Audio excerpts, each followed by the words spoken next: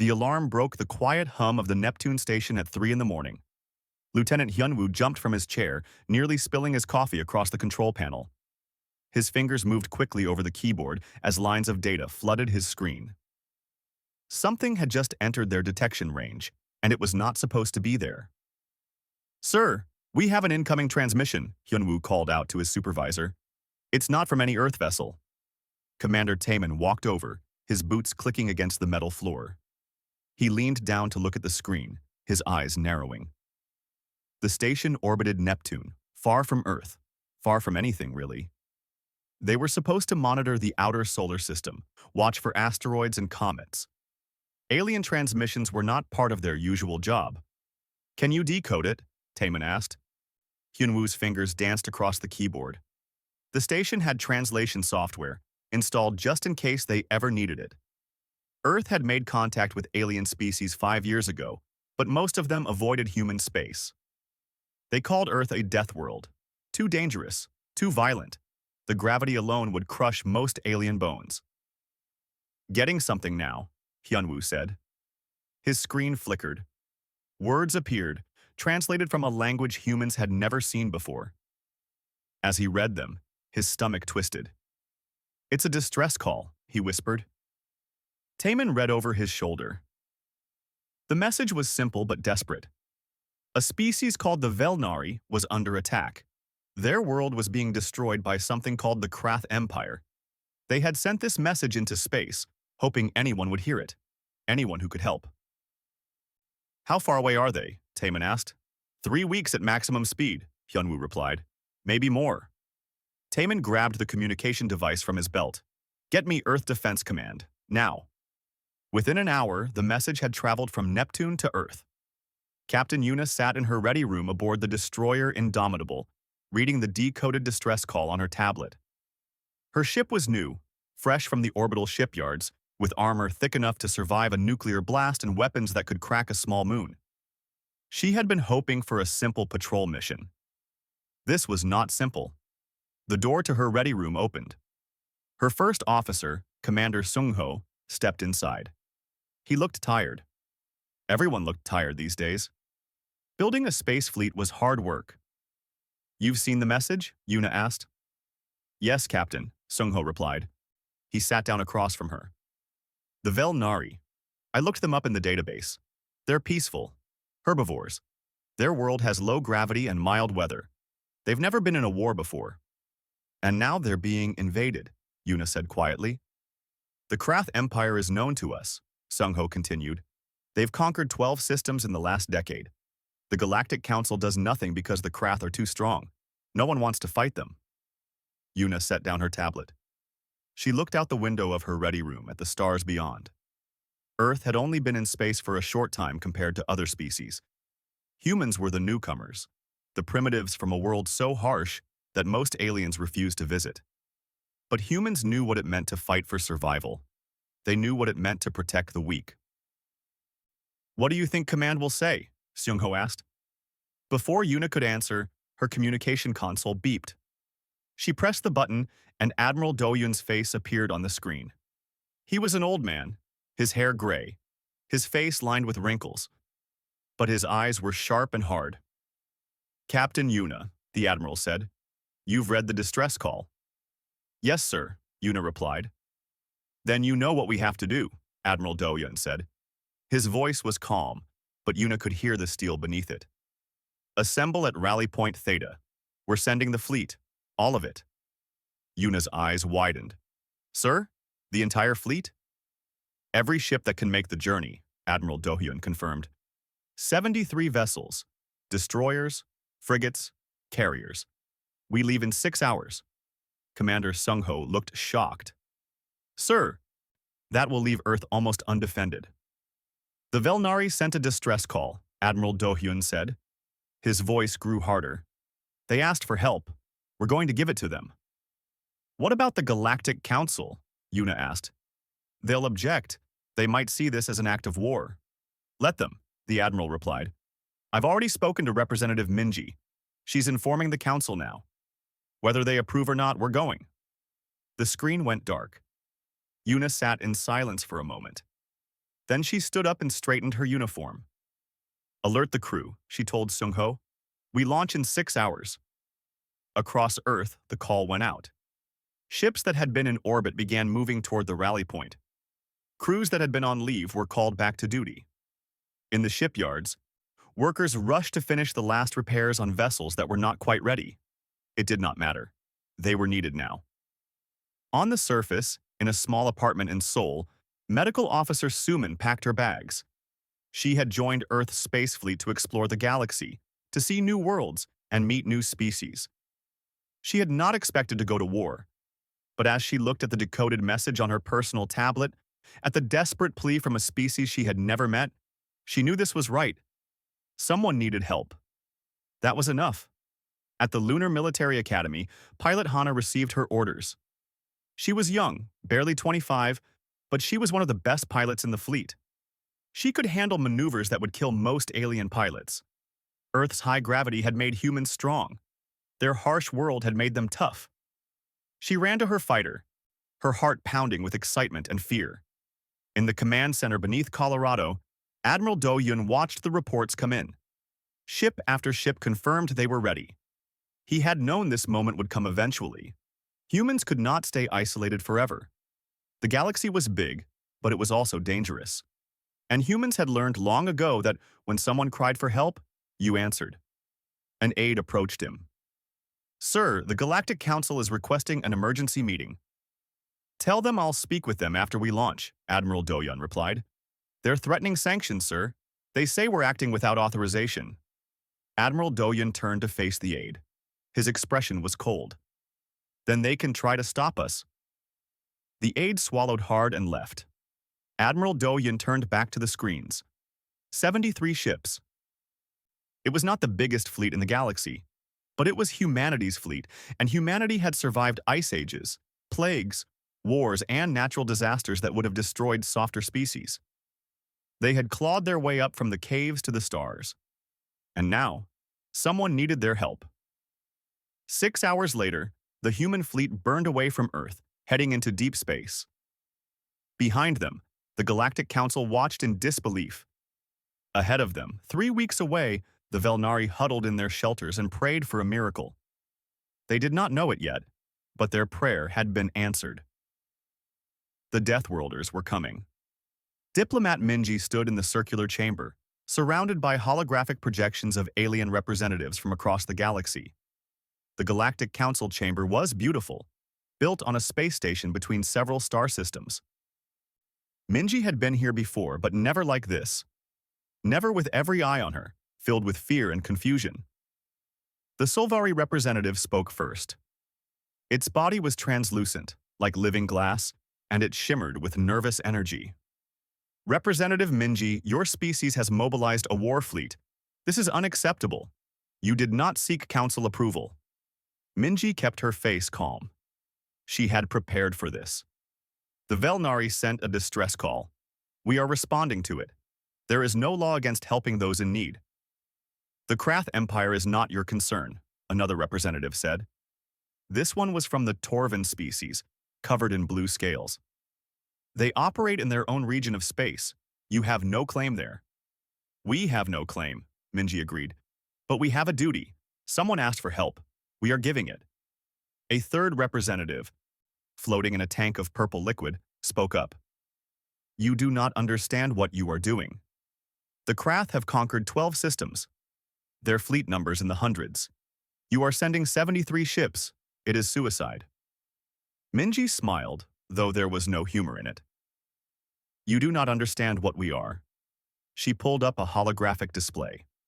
It showed Earth, spinning slowly in the center of the chamber. Data scrolled beside it. She watched the representatives read the information, watched their reactions. "Gravity, 1.2 times galactic standard," the Solvari read aloud. Its voice trembled.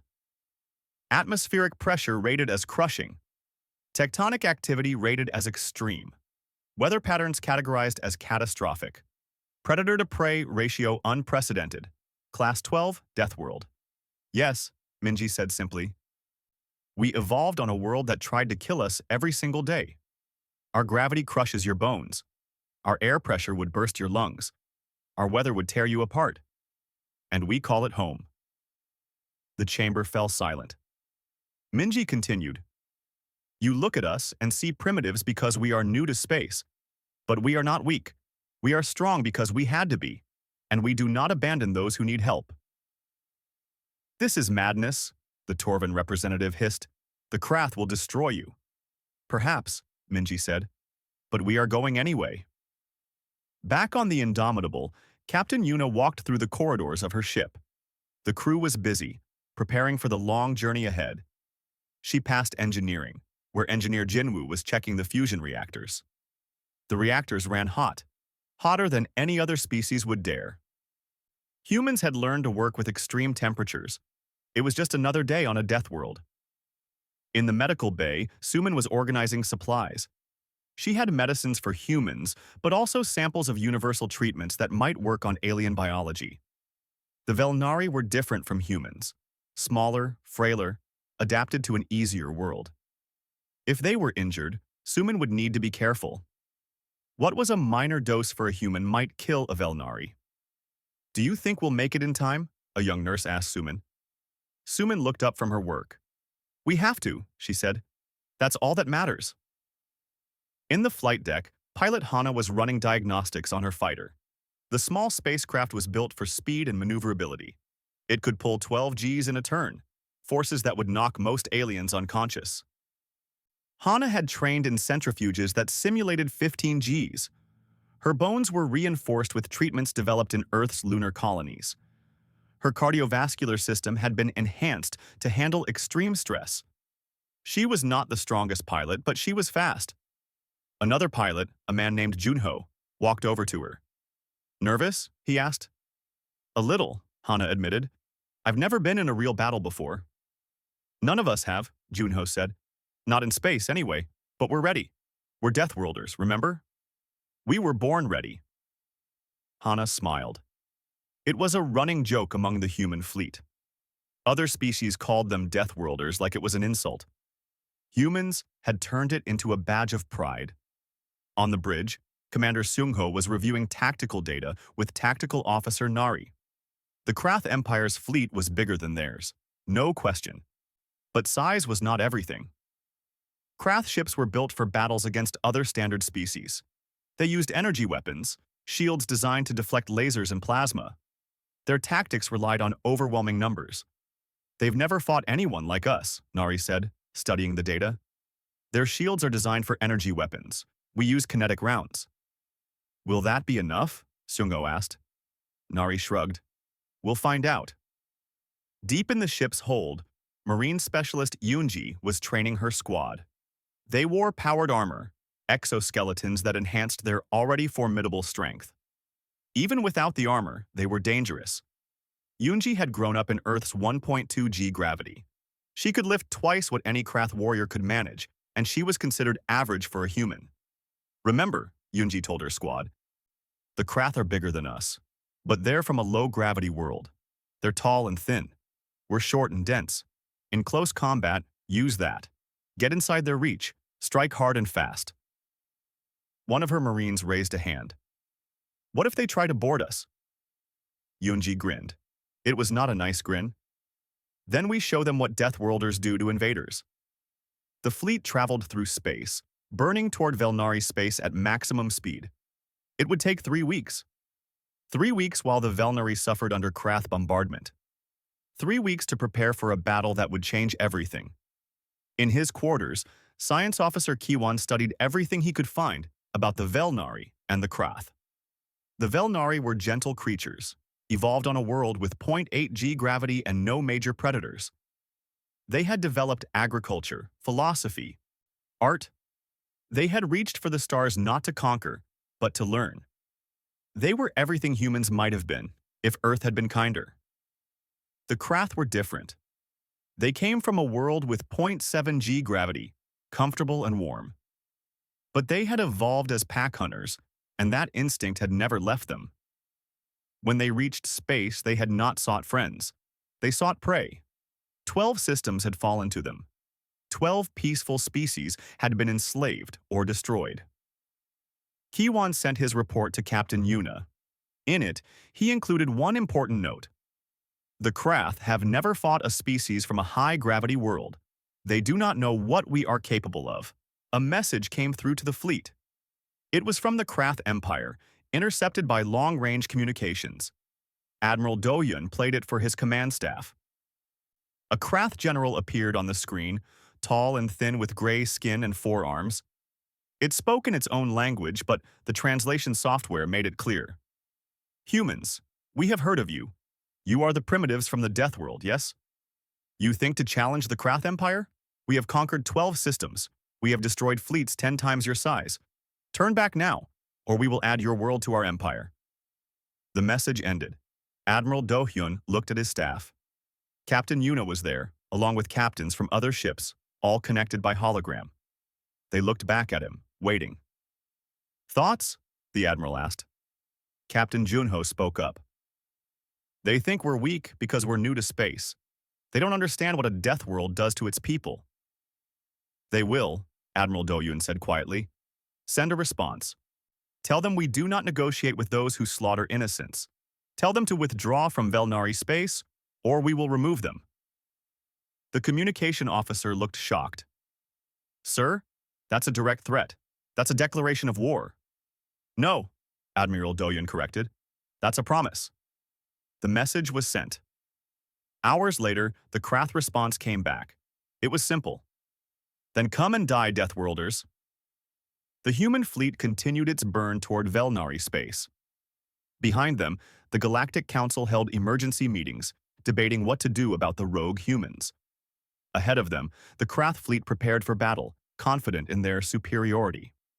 And on Velnar, the surviving civilians huddled in their shelters, not knowing that help was coming. Not knowing that the Deathworlders had answered their call.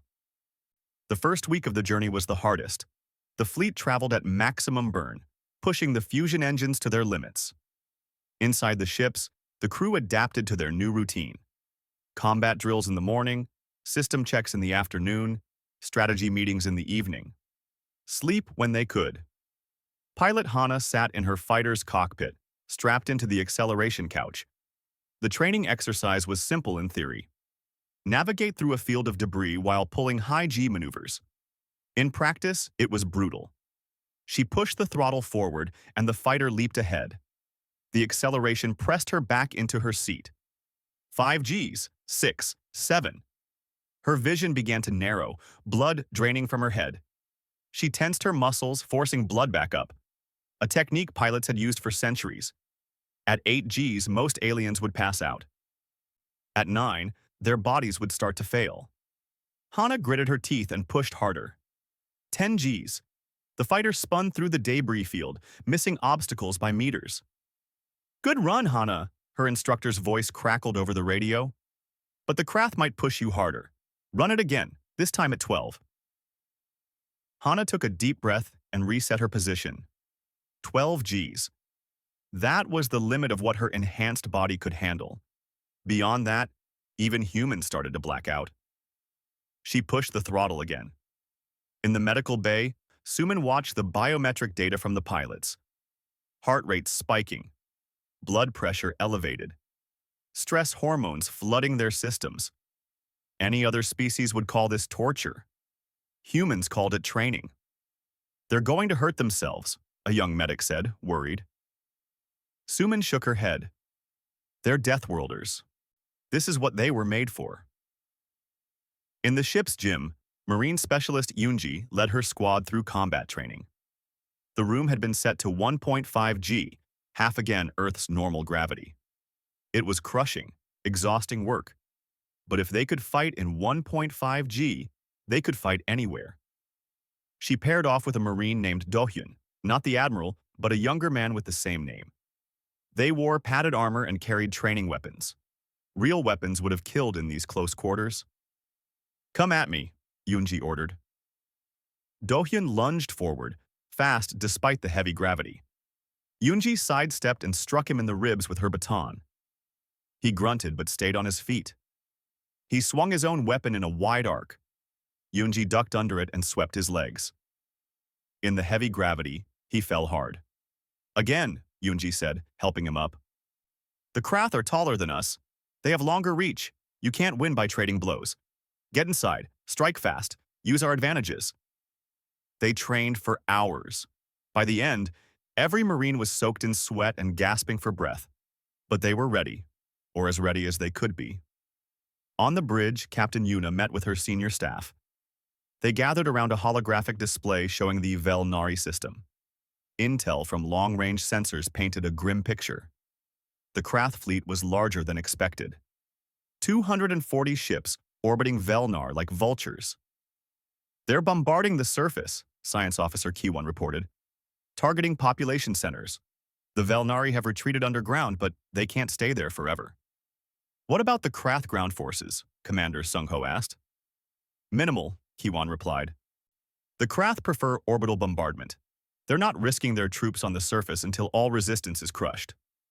Cowards, Tactical Officer Nari muttered. Yuna studied the display. 240 Krath ships, 73 human ships. The odds were more than 3 to 1. In any normal battle, that would be suicide. But this was not a normal battle. Their fleet is spread out, Nari observed. They're not expecting a fight. They think they've already won. Then we'll surprise them, Yuna said. Prepare attack plan Delta.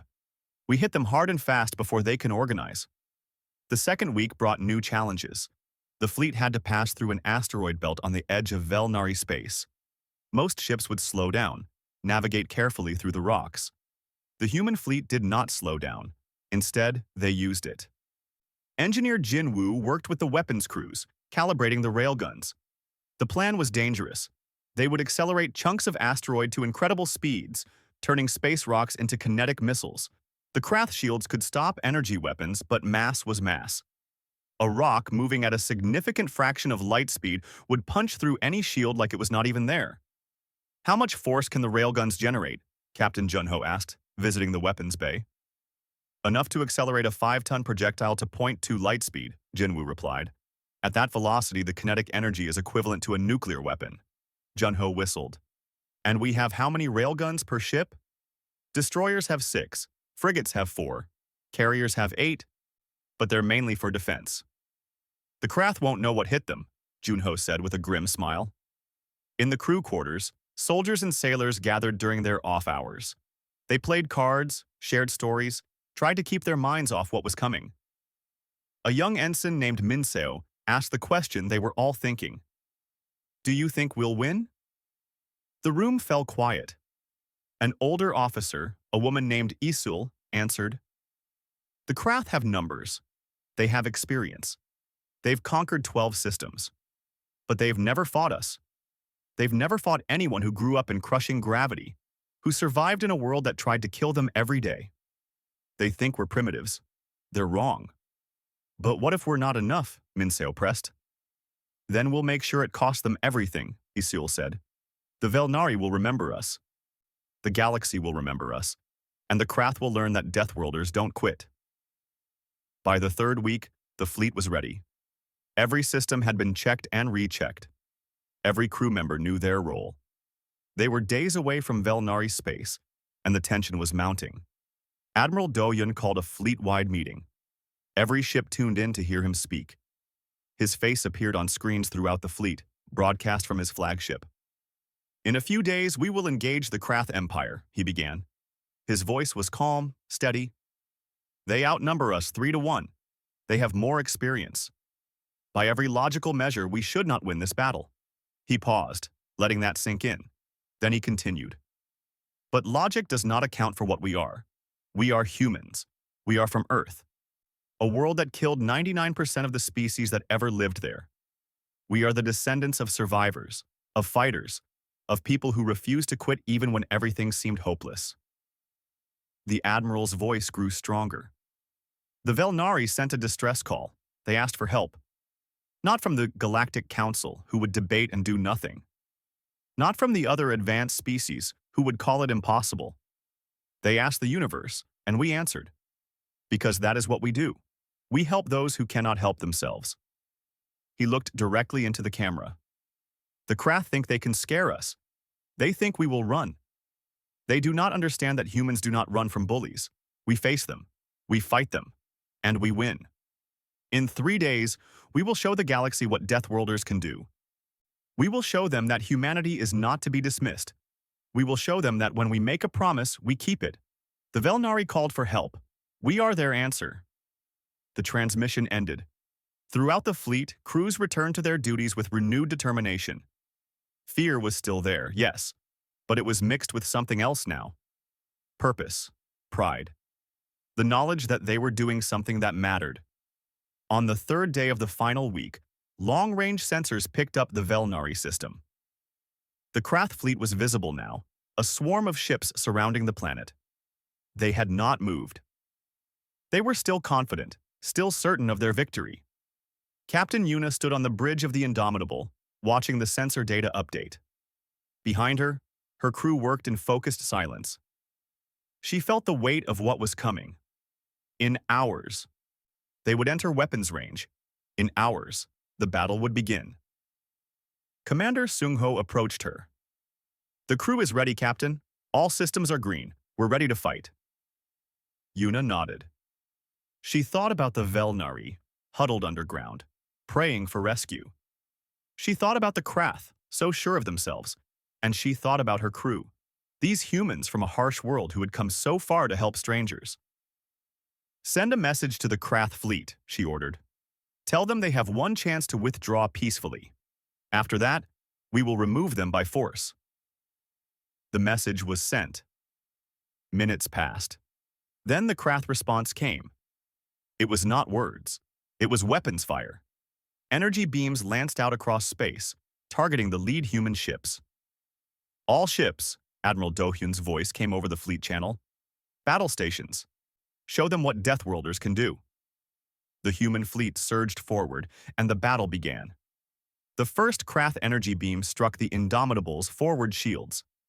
The barrier flared bright blue, absorbing the impact. On the bridge, Captain Yuna gripped her command chair as the ship shuddered. "Shields at 90%, Commander Sung-ho reported. They're using standard plasma weapons." "Return fire," Yuna ordered. "Target their lead cruiser. Railgun, full power." The Indomitable's main railgun charged with a deep hum that vibrated through the hull. Then it fired. A tungsten rod, 5 tons of dense metal, accelerated to 20% of light speed. The projectile crossed the distance in seconds. The Krath cruiser's shields were designed to deflect energy. They were excellent at dispersing heat and electromagnetic radiation. But kinetic energy was different. The tungsten rod hit the shield like a hammer hitting glass. The shield collapsed instantly, and the rod punched through the hull. The Krath cruiser exploded in a flash of white light. "Target destroyed," Tactical Officer Nari said, her voice calm despite the chaos. Throughout the human fleet, similar scenes played out. The Krath had numbers, but they had never faced weapons like these. Their shields were useless. Their armor, designed for energy weapons, crumpled under kinetic impact. Human railguns tore through them like paper. But the Krath adapted quickly. They stopped trying to absorb the impacts and started dodging. Their ships were fast, built for maneuverability. They spread out, trying to surround the human fleet. "They're flanking us," Sung-ho warned. "Trying to attack from multiple angles." "Let them," Yuna said. "All ships, formation beta, mutual support pattern." The human fleet tightened up, ships covering each other's blind spots. When Krath ships tried to flank them, they ran into overlapping fields of fire. More Krath vessels exploded or went dark, their engines destroyed. In the fighter bays, pilot Hana climbed into her cockpit. The order had come through. "Launch all fighters." Her hands moved automatically, flipping switches, checking systems. Around her, dozens of other fighters were doing the same. "All fighters, this is Flight Leader Junho," her radio crackled. "Stay in formation. Watch each other's backs. The Krath have fighters too, and they have more of them. Use your speed and RG tolerance. Make them work for every kill." Hana's fighter launched from the Indomitable's bay and into space. Around her, the battle was chaos. Explosions lit up the darkness. Energy beams crisscrossed like deadly light shows. Debris from destroyed ships tumbled through space. A Krath fighter appeared on her sensors. She pushed her throttle forward, accelerating hard. 5 Gs, 6, 7. The Krath fighter tried to match her, but it could not. Its pilot was from a low-gravity world. At 7 Gs, they would be struggling to stay conscious. Hana pulled to 10 Gs and cut across the Krath fighter's path. Her targeting computer locked on. She fired. The Krath fighter exploded. "Good kill, Hana," Junho's voice said over the radio. "Stay sharp. Multiple bogeys incoming." More Krath fighters swarmed toward them. There were so many. Hana gritted her teeth and dove into the fight. On board the Indomitable, the situation was getting desperate. The Krath had realized the human ships were tough, so they had changed tactics. Instead of spreading out, they were concentrating fire. 20 Krath ships focused on a single human destroyer. The destroyer's shields collapsed. Energy beams tore into its hull. "The destroyer Valiant is taking critical damage," Nari reported. "They're venting atmosphere." "All nearby ships cover Valiant," Yuna ordered. "Get them out of there." 2 human frigates moved to protect the damaged destroyer, their own shields absorbing the Krath fire. The Valiant limped away from the battle line, trailing debris. "Casualties?" Yuna asked quietly. 15 dead, 40 wounded, Sungho replied. "The ship is still operational, but barely." It was the first human ship to take serious damage. It would not be the last. Deep in the Indomitable's engine room, Engineer Jinwoo watched the reactor temperatures climb. They were running at 110% capacity, well beyond normal operating limits. The radiation levels would have forced evacuation on any other ship. But human crews were used to radiation. Earth's own magnetic field let plenty through. A little more was not going to stop them. "Sir, Reactor 3 is getting hot," a young engineer called out. "Vent some coolant," Jinwoo ordered. "Keep it under control. We need full power." The ship rocked as another Krath energy beam struck home. The lights flickered but held. Jinwoo allowed himself a small smile. Earth engineers built tough ships. They had to. Earth's environment taught them that failure meant death. On the Krath flagship, Admiral Kethis watched the battle with growing confusion. His fleet had destroyed human ships before, true, but not many. And the cost had been terrible. He had started with 240 ships. In just 2 hours of fighting, he had lost over 90, nearly half his fleet. And the humans just kept coming.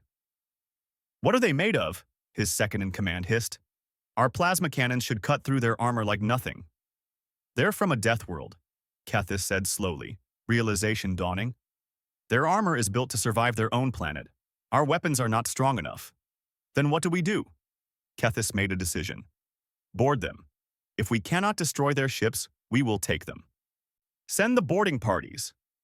Krath assault ships launched from their cruisers, small fast craft loaded with warriors. They closed the distance to human ships and latched onto the hulls. Cutting torches began burning through the armor. On the Indomitable, alarms blared throughout the ship. "Boarding parties," Sungho announced. "Multiple breach points." "Seal the affected sections," Yuna ordered. "Marines, repel boarders." In the corridors, Marine Specialist Yunji and her squad ran toward the breach points. They wore full combat armor now, powered exoskeletons that enhanced their strength even further. They carried kinetic rifles, weapons that fired solid projectiles at supersonic speeds. The Krath warriors cut through the final layer of hull and poured into the corridor. They were tall, over 2 meters, with 4 arms and gray skin. They carried energy weapons and wore light armor. They expected to overwhelm the humans with superior numbers and reach. They were wrong. Yunji raised her rifle and fired. The kinetic round hit the lead Krath warrior in the chest and threw him backward into his companions. They had never experienced weapons with such stopping power. Their own energy weapons were designed to burn, not to throw targets around. "Forward!" Yunji shouted. Her squad advanced, firing as they moved. The Krath warriors tried to fight back, but they were too slow. They had evolved in low gravity. Their muscles were designed for a gentle world. When they tried to grapple with the humans, they found themselves overpowered. A Krath warrior, nearly twice Yunji's height, grabbed her shoulder with 2 of its 4 arms. It tried to pull her down. Yunji did not go down. Instead, she grabbed one of its arms and pulled. The Krath warrior, used to low gravity, stumbled forward. Yunji slammed her armored fist into its face. The warrior crumpled. "Clear," Yunji reported. "Corridor secured. Moving to the next breach." Similar scenes played out across the human fleet. Krath boarding parties found themselves outmatched in close combat. The humans were too strong, too fast, too vicious. Within an hour, every boarding party had been repelled or destroyed. Admiral Kethis watched his assault forces fail with disbelief. "Retreat," he finally ordered. "All ships, fall back. We cannot win this." But retreating was not easy. The human fleet had positioned itself between the Krath and open space. Any ship that tried to run had to get past them first. The Krath ships that tried found themselves torn apart by railgun fire. In his fighter, pilot Junho pursued a fleeing Krath cruiser. His squadron had lost 3 pilots so far, shot down by enemy fire. But they had destroyed over 50 Krath fighters. The score was in humanity's favor. "This is Junho to all fighters," he broadcast. "Krath fleet is breaking. Do not let them escape. Anyone who bombards innocent civilians does not get to run away." His fighter accelerated, pushing him back into his seat. 12 Gs. The Krath cruiser could not match that acceleration. Junho closed the distance and fired his missiles. The cruiser's engines exploded, leaving it drifting in space. 4 hours after the battle began, it was over. The Krath fleet was destroyed. Of the 240 ships that had entered the battle, only 35 survived. Those ships had surrendered, their crews begging for mercy. The human fleet had lost 8 ships completely destroyed. 15 more were heavily damaged. 217 humans were wounded. 12 were dead. It was a harsh cost. But compared to what they had inflicted on the Krath, it was a miracle. On the bridge of the Indomitable, Captain Yuna stood and looked at the tactical display. The space around Velnar was filled with debris, bodies, and broken ships. But it was clear. The Krath were gone. "Send a message to the Velnari," she ordered, her voice tired but satisfied. "Tell them they are safe. The Krath will not trouble them again." Throughout the fleet, crews celebrated. They had won. Against all odds, against a numerically superior foe, they had won. The Deathworlders had proven themselves in battle, and the galaxy had seen it all. The Velnari emerged from their underground shelters slowly, cautiously. They had heard the battle in orbit through their instruments, had tracked the explosions and energy signatures. But they did not believe it was over until the message came through. The Krath were gone. Someone had actually come to save them.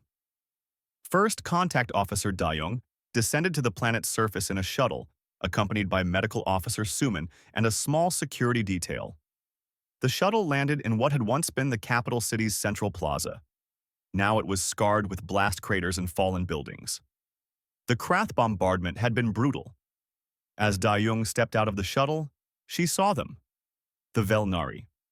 They were small, barely reaching her chest, with 4 legs and soft blue skin. Their eyes were large and dark, filled with tears.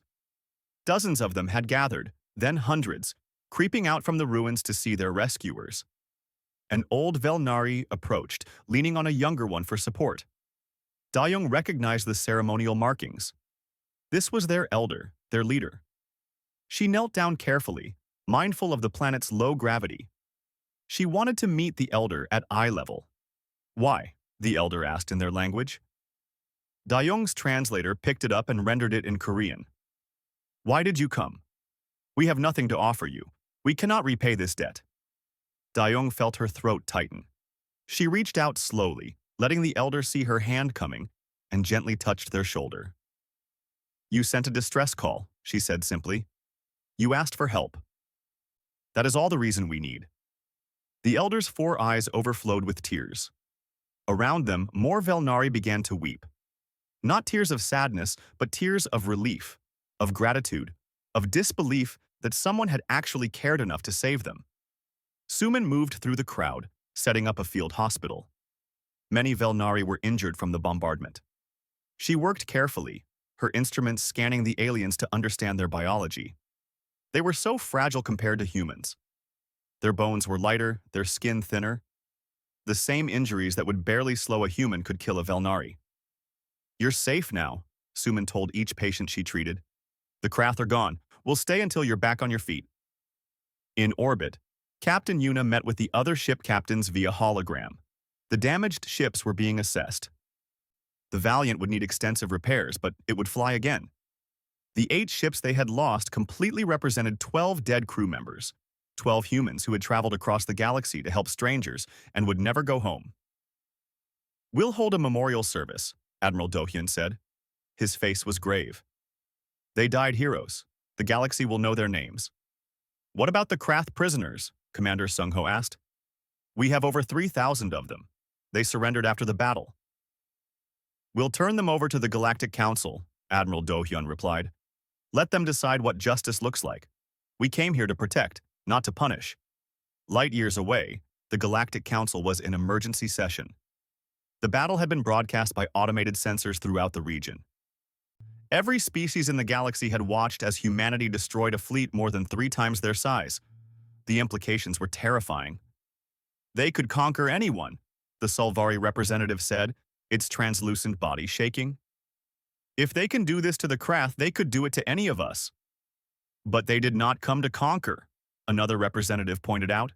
"They came to protect. They answered a distress call." Diplomat Minji stood before the council again. This time the atmosphere was different. Before, they had looked at her with condescension. Now they looked at her with fear. "What does humanity want?" the Solvari asked directly. "You have proven your strength. You could take whatever you wish. So what do you want?" Minji took a breath. She had prepared for this moment. "We want what we wanted before the battle. Trade. Cooperation. Peace. We want to be part of the galactic community, not its master." "And if we refuse?" a Torvan representative asked quietly. "Then we will continue to help those who ask for it," Minji said, "with or without your permission, but we would prefer to work together." The council chamber fell silent. Finally, the Solvari spoke again. "The council will consider an official alliance with humanity. We will discuss trade agreements, cultural exchanges, and mutual defense pacts. But know this, Representative Minji. The galaxy now fears you. It will take time to build trust." "We understand," Minji replied, "and we are willing to earn that trust." Back on Velnar, Engineer Jinwoo was helping the locals repair their power grid. The Krath bombardment had destroyed most of their infrastructure. It would take months, maybe years, to rebuild. But humans knew how to rebuild. They had done it countless times on Earth after wars, disasters, and catastrophes. "Your technology is so different from ours," a Velnari engineer said, watching Jinwoo work. "More robust, built to withstand damage." "We're from a harsh world," Jinwoo explained. "On Earth, if something breaks, it can mean death, so we build things that don't break easily." "Your world sounds terrifying," the Velnari engineer said softly. Jinwoo smiled. "It is, but it made us strong. Strong enough to help you." In the temporary base camp, Marine Specialist Yunji was training Velnari volunteers in basic self-defense. The Velnari had no military tradition. They had never needed one before the Krath came. But now they wanted to learn, to be able to protect themselves if this ever happened again. "I cannot lift as much as you," one Velnari volunteer said, struggling with a weight that Yunji could lift with one hand. "I am too weak." "Strength is not everything," Yunji told them gently. "You're learning strategy, tactics, awareness. Those matter more than raw power. And besides, you don't need to be as strong as us. You just need to be strong enough to protect your home." Pilot Hana walked through the ruins of the capital, accompanied by several Velnari children. They had lost their fear of the tall humans and now followed them everywhere, fascinated by the aliens who had saved their world. "Is it true your world tried to kill you?" one child asked in broken galactic standard. Hana laughed. "Every day," she replied. "Storms that could blow you away.